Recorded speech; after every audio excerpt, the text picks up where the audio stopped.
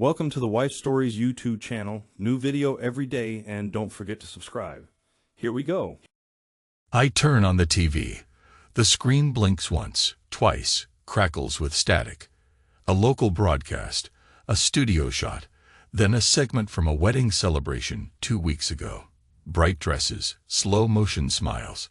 My thumb twitches on the remote. I want silence. But then I see her. She's in the background of a quick pan across the crowd, smiling, lifting a champagne flute. Her hair is pinned up, that same light ash blonde I know by heart. She's looking to the side, leaning close to a tall figure with a broad back and a half-done tie. The camera doesn't linger. 3 seconds, maybe 4. Enough to feel my chest clamp like a steel trap. My ears start ringing.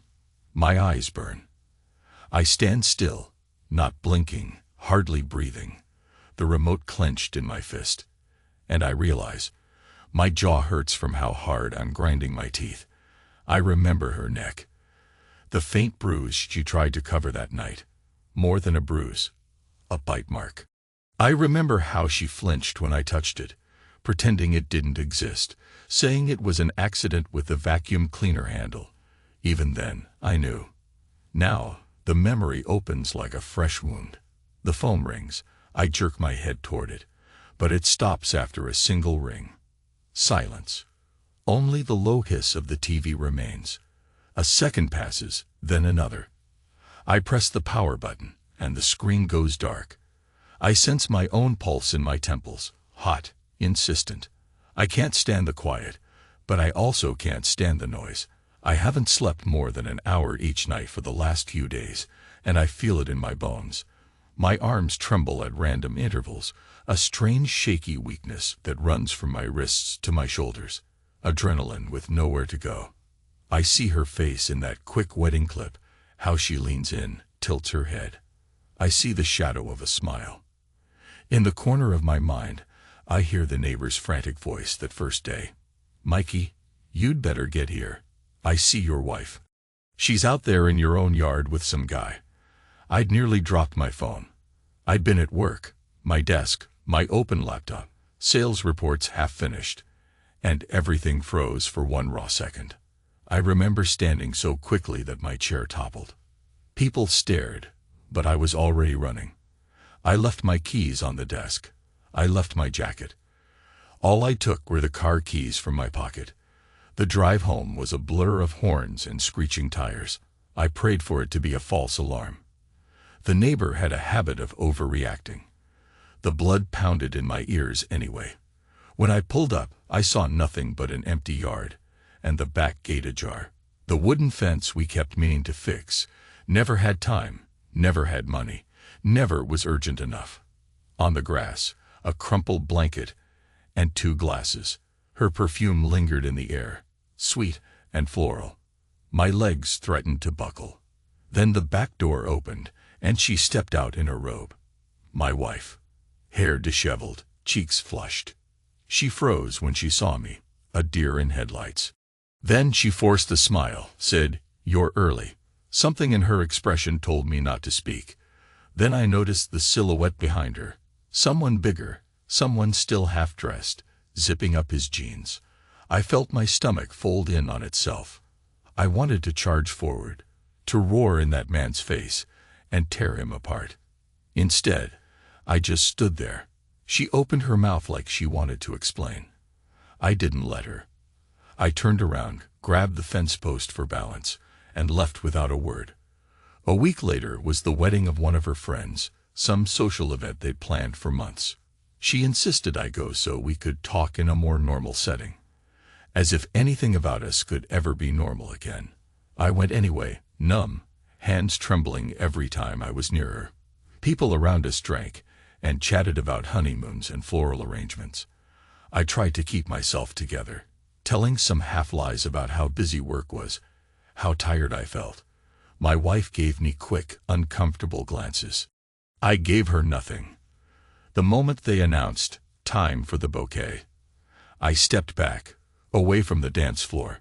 My wife pushed into the crowd. I pretended I wasn't watching, but I couldn't help it. The bride turned around, flung a cluster of white roses and ribbons over her head. My wife leaped, arms high, and caught it like an athlete catching a trophy. Everyone cheered. She shrieked with excitement. And then I saw her turn, bouquet clutched to her chest, scanning the crowd. I caught her eye for half a second. Then she tilted her gaze away from me, straight at him. That same broad frame, short black hair. He smirked, turned slightly, like he was acknowledging her silent claim. She joked, her voice echoing across the room. "Now you're mine." People laughed, but I saw the flash in her eyes. That laughter was meant for him. I recognized the tiny quirk of her lips she used to do with me, back when we were in college and we thought love was everything. My stomach churned. She was in the center of swirling guests, wearing that lilac dress, her hair pinned in a messy updo. She looked youthful, carefree. My heart hammered in my rib cage, and I tasted bile. I didn't start a fight that night. Didn't scream or flip a table. Part of me wanted to. But I felt so outside of my own body that I just stood by the bar, swallowing shot after shot of whiskey, letting it burn my throat. She danced, laughed, clung to that bouquet. Once she glanced my way. I stared back, silent. She turned, pressed her face to his shoulder, and laughed in his ear. I waited through the night, and the swirl of music, until I felt too numb to be angry. And then I went home alone. The house was dark, silent. Her perfume lingered in the bedroom. I sat on the edge of the bed, fully dressed, feeling a hollow ache in the center of my chest. That was when I realized the real pain was about to begin. It took me a month to plan my next step. I discovered exactly who he was. Tom R. rented a small place on Oak Street, a house that looked like it had seen better days, with paint peeling from the windowsill and a chain-link fence out front. Part of me didn't want to know any of these details, too humiliating. But another part demanded I know everything, every single piece of him. I called about a room for rent, a short-term listing. Didn't give my name. Used an old ID, a half-lie about needing a place while I waited on a business transfer. He was so casual on the phone I almost lost my nerve. "Just come by," he said. "I'll show you the room."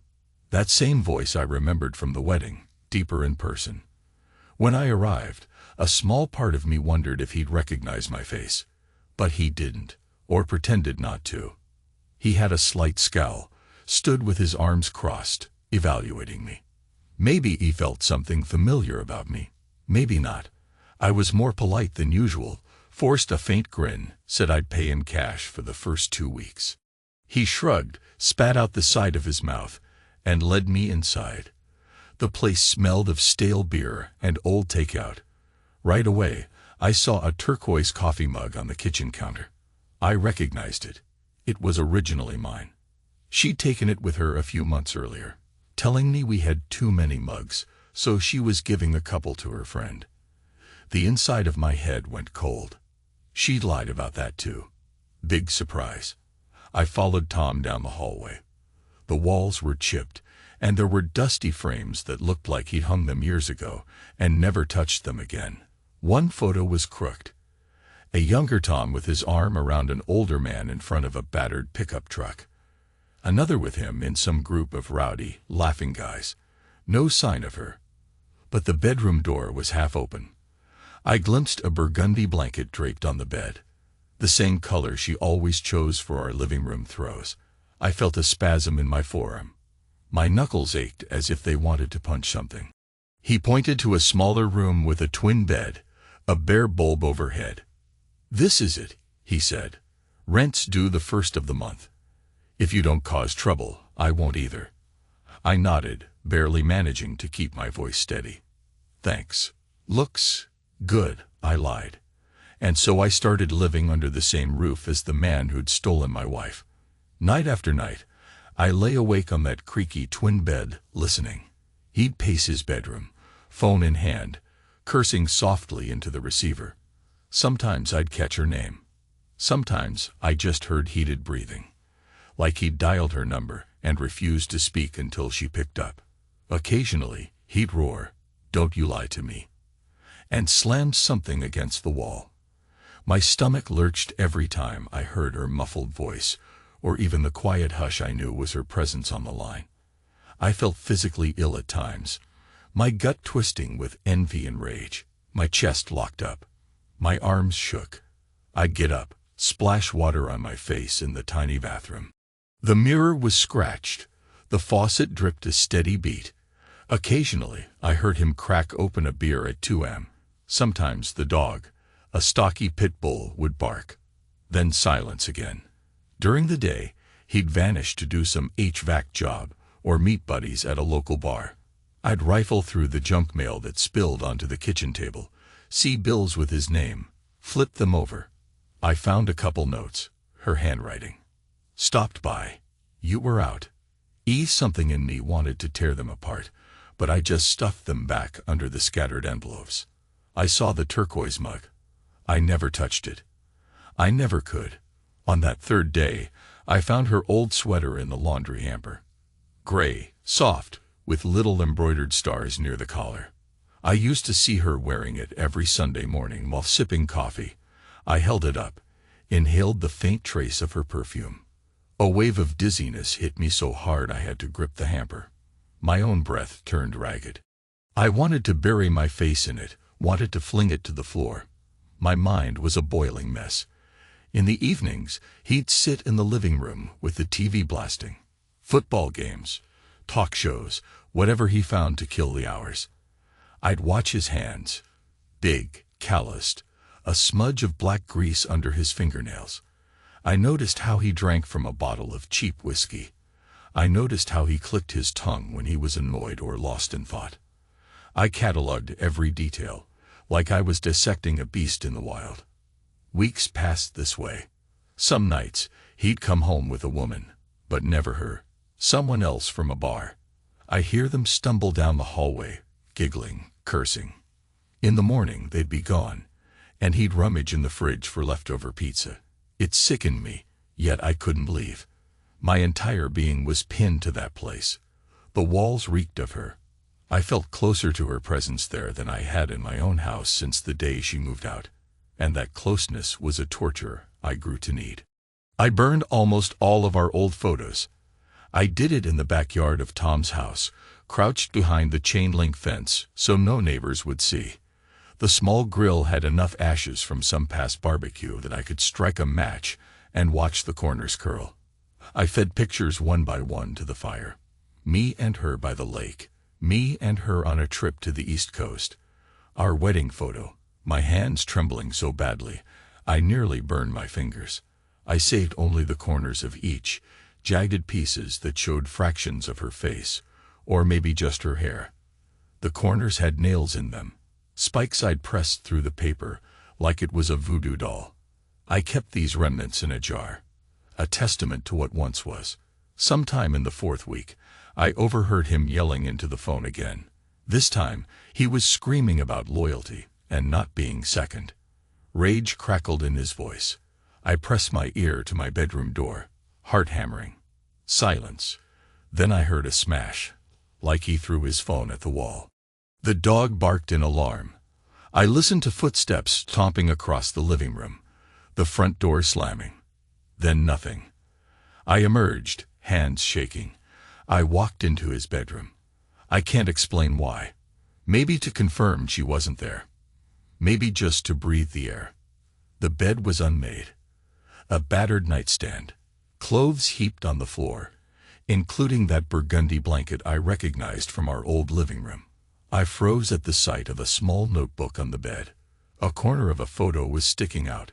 My wife. Laughing. Leaning on him. The same man who'd hammered the last nail in my sanity. My chest went tight. A wave of raw, physical pain flared under my ribs, like a knife pressing from the inside. I wanted to rip the photo, set it on fire right there, but I didn't. Instead, I left. Because I knew the time wasn't right. Because, in my mind, I heard her voice from that day. "You're early." As if I'd ruined her moment. Another night, I woke to the sound of him stumbling in, cursing. Car lights swept the ceiling. He was talking to someone. I heard a female laugh, airy, sharp. My ears pricked, heart pounding. Could it be her? I got up, pressed against the cold door. But when he flipped on the hallway light, I saw a different figure entirely. A tall woman in a tight skirt, swaying on high heels. No, not my wife. Still, I watched through the crack as they walked past. She was giggling, half leaning on him. They disappeared into his room, door clicking shut. I clenched my jaw so hard my teeth ached. Why did he need her if he already had my wife? The question seared. I wanted to barge in, demand answers, drag him onto the street. But I didn't, because I was done losing control. The next day, he left for a job early. I went into the living room, turned on the TV. A local station, midday news. I half listened. Then, a segment about some charity event. A quick shot of her again, my wife, standing next to a new man in a suit. The caption gave his name, someone I'd never heard of. She was smiling wide, glowing, her head leaning toward him in that familiar gesture of trust. It was like a knife twisting deeper. She'd moved on to yet another partner. She was free, while I was rotting in my own vengeance. My phone buzzed. A friend from work asked me when I was coming back. I'd been on leave for weeks, citing family issues. I rubbed my eyes, turned off the TV, and sat there in the living room, his living room, staring at the stained carpet. The dog whined at the back door, wanting out. I don't know how many days I spent in that half-lucid state, drinking his cheap coffee, rummaging in his fridge for milk, reading his mail, learning about his debts, his speeding tickets, his overdue taxes. I practically inhabited his life from within, all to understand the man who'd stolen my world. At night, I'd lie awake, listening to his phone calls with her, sometimes silent, sometimes savage with accusations. And in that twisted way, I felt closer to her than I'd felt in years. One evening, the tension broke. It was around 10 p.m., and I was sitting in the kitchen, lights off, finishing the last of the coffee. I heard the front door slam open, followed by heavy footsteps. Tom came into the kitchen, reeking of sweat and frustration. He flicked on the light, saw me at the table. His dark eyes narrowed. "Don't you have somewhere to be?" he muttered, opening the fridge. I shrugged. "Nowhere else that's better." He grabbed a can of beer. "You're a strange guy, you know that." I forced a thin smile. "Yeah." I took a careful breath. "Rough night." He grunted, tossed the beer can onto the counter, and rubbed a hand across his face. "Women," he said. "They drive you nuts." Then he snorted. "Suppose you know a thing or two about that." I stared at him, my pulse pounding. The air felt electric. He was so close to me, close enough I could see the little scar above his eyebrow. For a second, I thought he recognized me, that he was playing some twisted game. But the blankness in his gaze said otherwise. He swallowed half the beer in one pull. A dog barked outside. He turned his head, then back to me, studying my face. "Yeah," he repeated, "women," and huffed out a hollow laugh. I nodded, a shaky nod. It felt like a chess game, each move carefully placed. He had no idea I was the husband. At least, that was my assumption. I stood, leaving the half-empty mug behind. "I'll be in my room." He watched me go, an odd flicker in his eyes. I could sense him wanting to say something more, but he didn't. I shut my bedroom door and leaned against it, adrenaline rolling off me in waves. I thought about how easy it would be to strangle him in his sleep or slip something into his drink. Those thoughts came unbidden, horrifying me with their intensity. I wasn't that man, but some twisted voice inside me whispered, "You could be." He wouldn't stand a chance. A day later, he confronted me again, this time about the rent. I'd paid for 2 weeks initially, but now another payment was due. He rapped on my bedroom door. I opened it, arms tense. "You got the cash?" he said. "Yeah," I answered, stepping aside to grab my wallet. "Right here." He stood in the doorway, crossing his arms. His t-shirt was stained with engine oil or something similar. "We good? Everything all right in here?" I handed him the money. "Sure." He counted it, stuffed it in his pocket. "Just checking. Sometimes people vanish. Don't need that drama." I forced a grin. "Not going anywhere." He eyed the small bag I kept in the corner, half unzipped. Then he scratched his chin. "You're quiet as a mouse, you know. Thought you might be cooking something up." I froze. My heart hammered. "No, just minding my own business." He stared for a moment longer, then shrugged. "Good, because I'm not in the mood for another headache." He turned and left. I closed the door, exhaled in silent relief. But my relief only sharpened the bitterness I felt. He was so casual about all of this, about her, about me, about everything. I hated him with a cold, methodical fury. That night, I tried to sleep, but the ache in my lower back kept me awake. My entire body felt stiff and bruised. I'd been ignoring the signals for days. Stress hammered at my muscles. I got up, paced the room. The overhead light flickered, a cheap bulb on its last legs. The pit bull whined from somewhere outside. In the distance, a siren. The city felt alive beyond this rotting house. At midnight, the phone calls began again. His muffled voice came through the thin wall. I stood there, pressing my ear to the plaster, hearing snippets of conversation. "He's worthless. You hear me? He's nothing." Then her voice, too faint to catch all the words, but the tone was urgent, upset. He spat. "Why'd you come here if you were just gonna run off?" A pause. Her voice, sharper now. "Stop. Stop it." Then he roared. I said, "Stop lying to me." A crash. Silence. I felt a deep tremor in my gut. My fist curled around the doorknob. But the next moment, I heard footsteps pounding to the front door, and that door slamming again. He was out, driving off somewhere. I sank to my bed, heart pounding. So they were fighting. Good. Let them tear each other apart, I thought. Yet I felt sick to realize I still cared if she was hurt. A few days later, I decided I'd had enough of living in his shadow. My phone buzzed with a text from her. My blood went cold seeing her name. I hadn't heard from her directly since the wedding. The text was short. "We need to finalize things. Let's talk." My head swam. I typed back, "Where?" She suggested a coffee shop in town, a place we used to go together on Sunday mornings.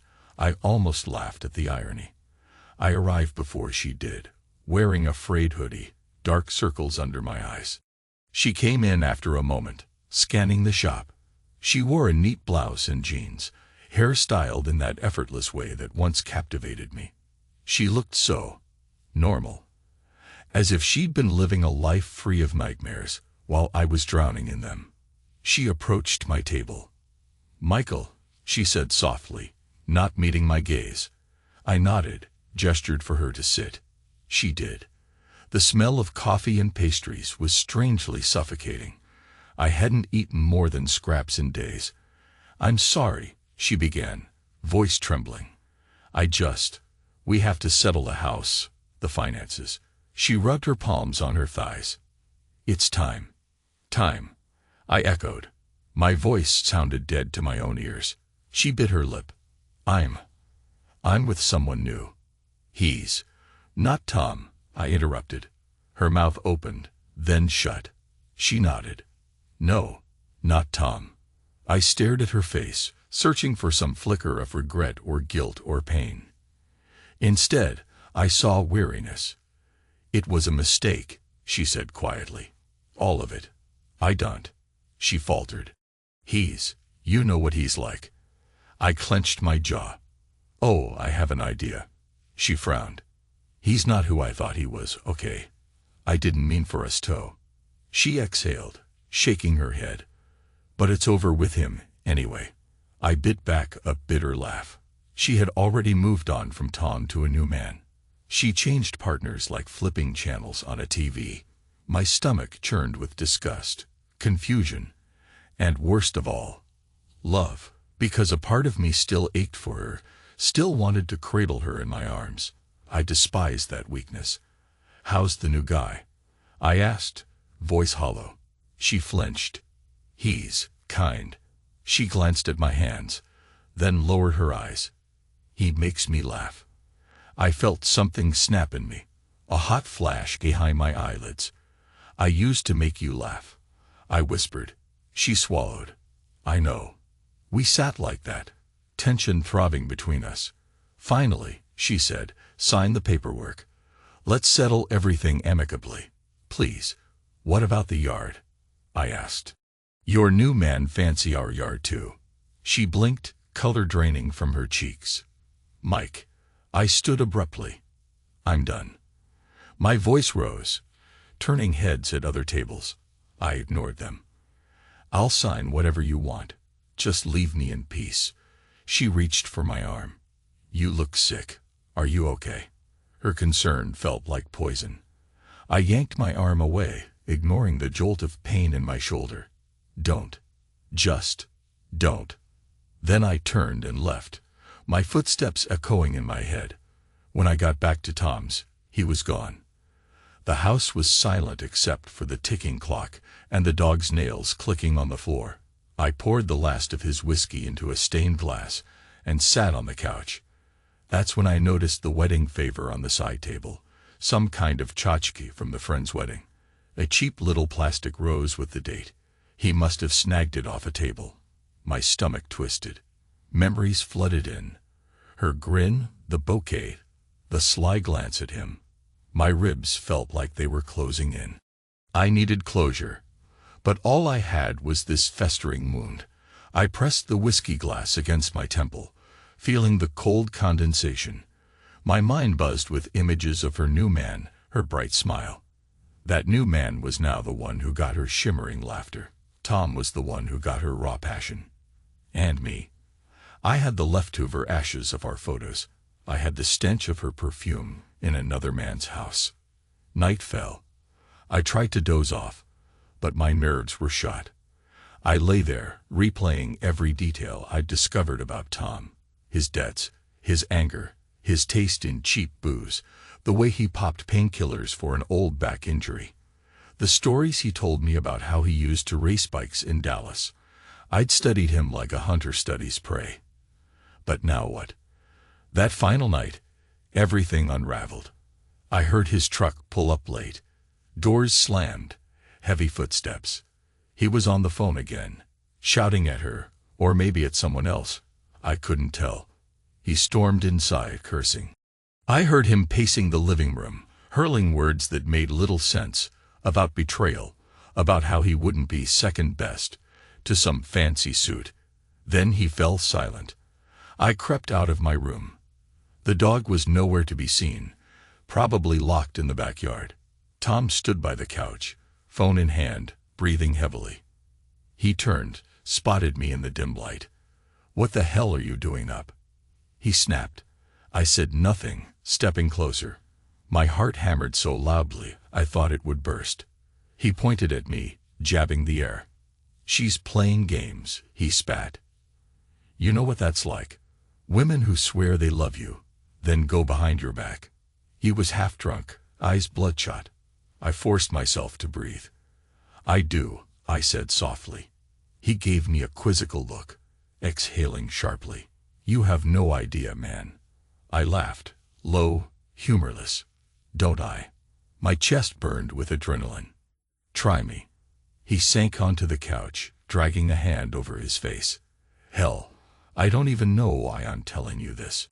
I don't know you from Adam." He shook his head. "She's been feeding me lies for months. I gave her everything. This is what I get." I stood a few feet away, hands trembling behind my back. "Is that so?" He scoffed. "Yeah. She calls me up, says she wants to fix things. Then I hear she's already with someone else. Some new guy." His jaw clenched. I might kill him. My heart seized. I stared at him in the dull lamplight, noticing the pulsing vein in his neck, the shadow of stubble on his jaw, the tension in his brow. He was half crazy with rage. Maybe he would kill. The irony almost made me laugh. Women, he muttered again, leaning his head back. You can't trust them. A burning sensation flared in my chest. Maybe you shouldn't have touched another man's wife, I said quietly. He froze, blinking. What did you say? I raised my head, met his eyes. You heard me. His face twisted, trying to piece things together. My heart raced so fast, I felt lightheaded. I took a step closer. He pushed off the couch, fists tensing at his sides. You better explain yourself, he snarled. I forced a bitter smile. Explain what? That you slept with my wife. The words came out ragged, fueled by weeks of pent-up fury. Yeah, I think that's pretty self-explanatory.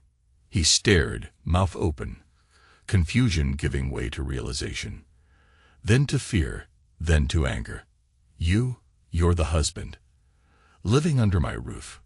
Paying you rent, I said, a slight laugh escaping me. The madness of it all was too much. Drinking your coffee, using your plates, listening to you talk to her every damn night. He lunged, grabbed the front of my shirt.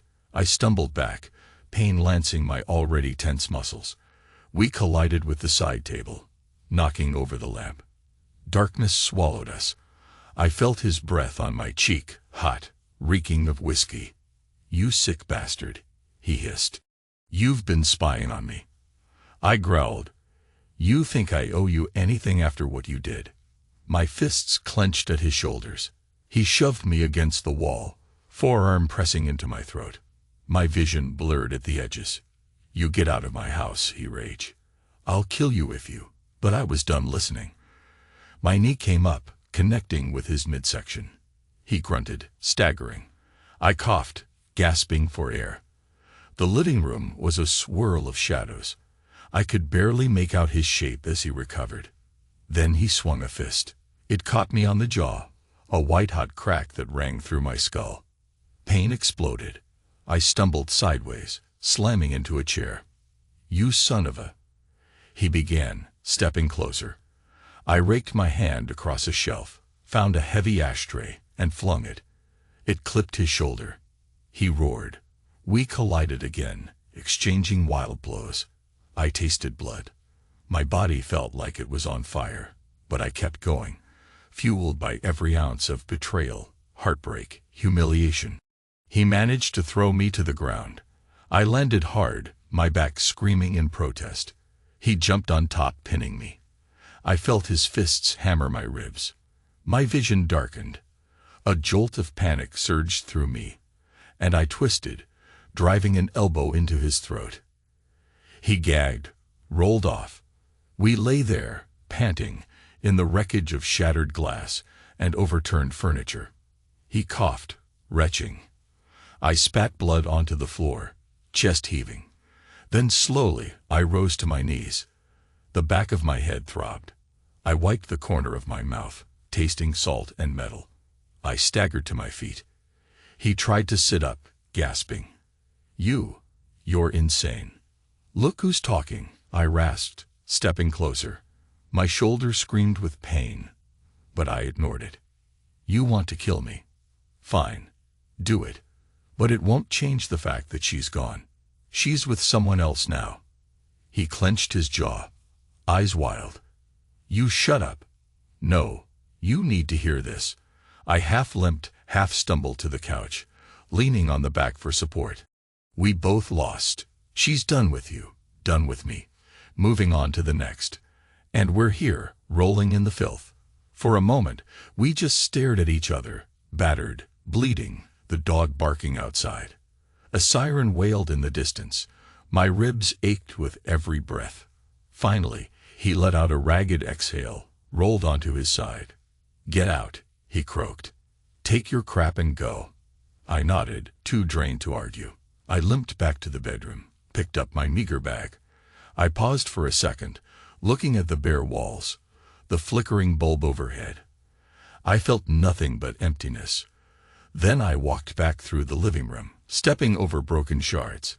He was on his knees, panting. Our eyes met. No words. I left, letting the front door slam behind me. It felt like the end of something rotten, but also the beginning of some new, more desolate existence. I drove aimlessly that night, my face numb with pain, my mind swirling with dark relief.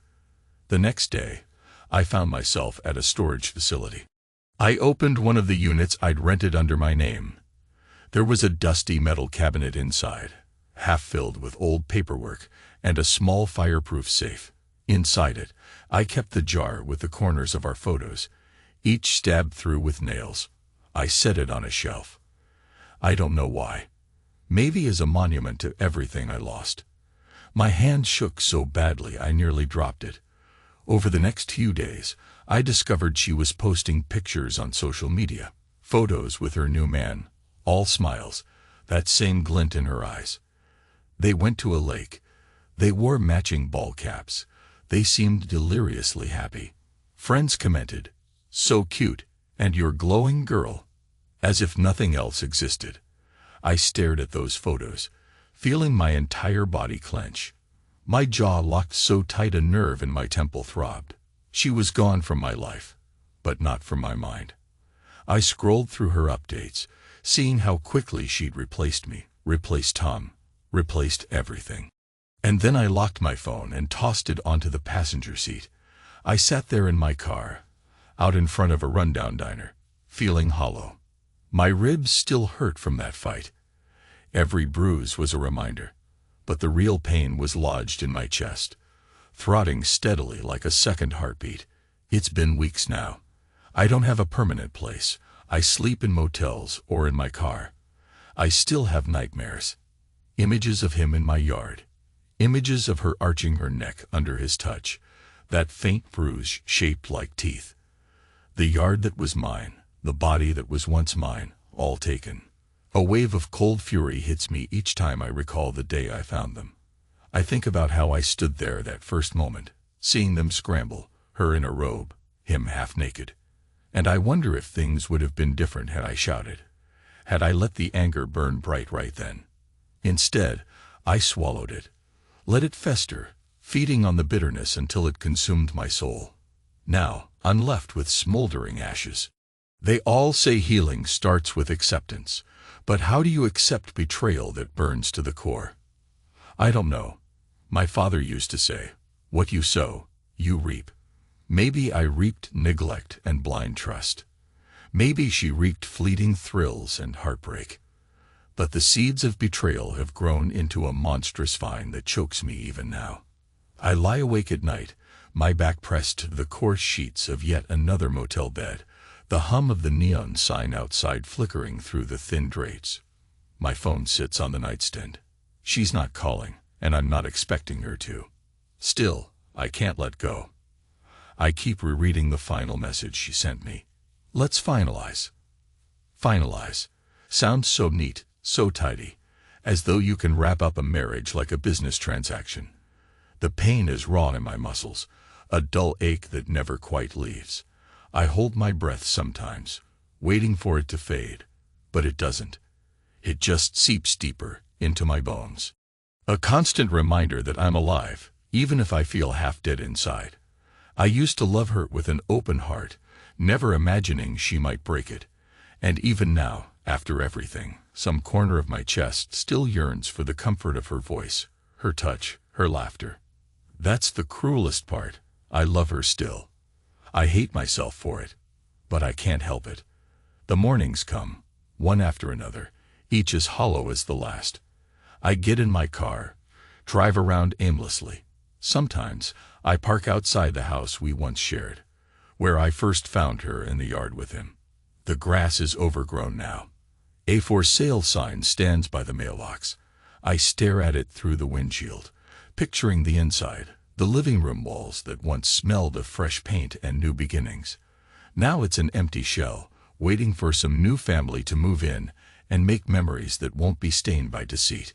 Occasionally, I check her social media again. Another photo, another man, another fresh wave of jealousy and despair. The rational part of me says to let it go, to move on, find a new path. But there's a darker part that clings to each detail. I don't know which side will win. My final night in town, I do something that even I can't fully justify. I go back to Tom's place. I park down the block, walk quietly down the sidewalk in the dark. The chain-link fence is still there, the paint still peeling from the windows. The yard is littered with beer cans and junk mail. His truck is parked in the driveway, battered as ever. A single light glows in the living room window. I stand on the opposite sidewalk, heart hammering. I half expect him to come roaring out, brandishing a weapon. But the street stays quiet. No dog barking. Maybe it's asleep in the back. The curtain in the front window is parted slightly, and I can see the flicker of a TV. I wonder what he's watching. I wonder if he's waiting for her call, or if he's drunk enough not to care. My fists clench at the memory of him pinning me down, the taste of blood in my mouth. But I feel no urge to fight now, only a kind of cold clarity. I step away, heading back to my car. My footsteps crunch on gravel. The night air is humid and thick. I get in, slam the door, and stare at my reflection in the rearview mirror. Gaunt cheeks, bruised jaw, eyes that have seen too much. Then I start the engine and drive off, not looking back. In the morning, I load my trunk with what little possessions I have left. A suitcase of clothes, some old documents, the jar with the photo corners. I shut the trunk and stand there, hand on the lid, letting a wave of exhaustion wash over me. The pain in my side flares up, a leftover from the fight with Tom. I wince, pressing a hand to my rib cage. It's another physical reminder that I'm still alive, that I'm still tethered to the moment by a thread of raw nerves. I think about how she's likely laughing somewhere, her head resting on someone else's shoulder, maybe planning a new wedding, or at least a new future. And here I am, devouring the past piece by piece, letting it corrode me from within. At last I get into the car and drive out of town, heading for the interstate. The roar of passing trucks and the hum of the engine become a kind of white noise. Mile after mile, the landscape changes from the dusty outskirts to open highway. My mind empties. I grip the steering wheel until my knuckles pale, letting the tension course through me. I don't have a destination in mind, just away. Away from the house, away from Tom, away from the ghosts of her laughter. But I carry the weight in my chest, heavy as ever. That part I can't outrun. It's lodged too deep, feeding on me like a parasite. Her memory, her betrayal, her face, the swirl of emotions, love, hate, longing, anger. Eventually, I pull into a rest stop. The sun beats down on the asphalt, shimmering in the heat. I kill the engine, lean back against the headrest, and close my eyes. My body screams for rest. My mind flickers with images of her, my wife, the woman I once believed my partner for life. The same woman who took everything from me. Yet I can't truly wish her harm. Even if the thought has crossed my mind 1,000 times, the reality is something else. My father used to say we only truly hate those we once loved, because we know exactly where they can hurt us. She knew exactly where to sink the blade. And she did. I open my eyes. My reflection stares back from the rearview mirror, unshaved, haunted. The dryness in my throat feels like I swallowed sand. The bruise on my face is purpling, turning sickly green around the edges. My ribs ache, but inside, I feel a quiet, terrifying calm. The final stage of a storm, where the clouds have emptied themselves, leaving a desolate sky. No forgiveness, no redemption, just aftermath. I inhale, exhale, then turn the key in the ignition. The engine sputters to life. I pull out of the rest stop and merge onto the highway, ignoring the pang in my side. Each rotation of the tires is a small step away from that old life. But the rage and the pain, they ride along in the passenger seat, silent and unmoving. There's no neat moral, no tidy conclusion. She's with someone else now, beaming in photographs. Tom probably hunts for the next fling or the next adrenaline rush, or maybe he crawls into a bottle. And me, I'm driving with a jar of photo corners stuck through with nails, a body battered by fights, and a soul weighed down by betrayal. That's all that's left. The road stretches ahead, shimmering in the midday sun. I don't know if I'll ever find closure. I only know that, for now, I have to keep moving. As I cross the state line, I feel a surge of emptiness and an odd sense of finality. She's gone. He's behind me. The memories remain, twisting inside my chest like a dull knife. But I'm still here, still breathing. And though the pain remains, I've made my choice. I'll carry it to the end. I won't forgive. I won't forget. I'll swallow it all, crumb by crumb, until there's nothing left to devour but the hollow echo of what once was. And in that silence, maybe one day I'll find some form of rest.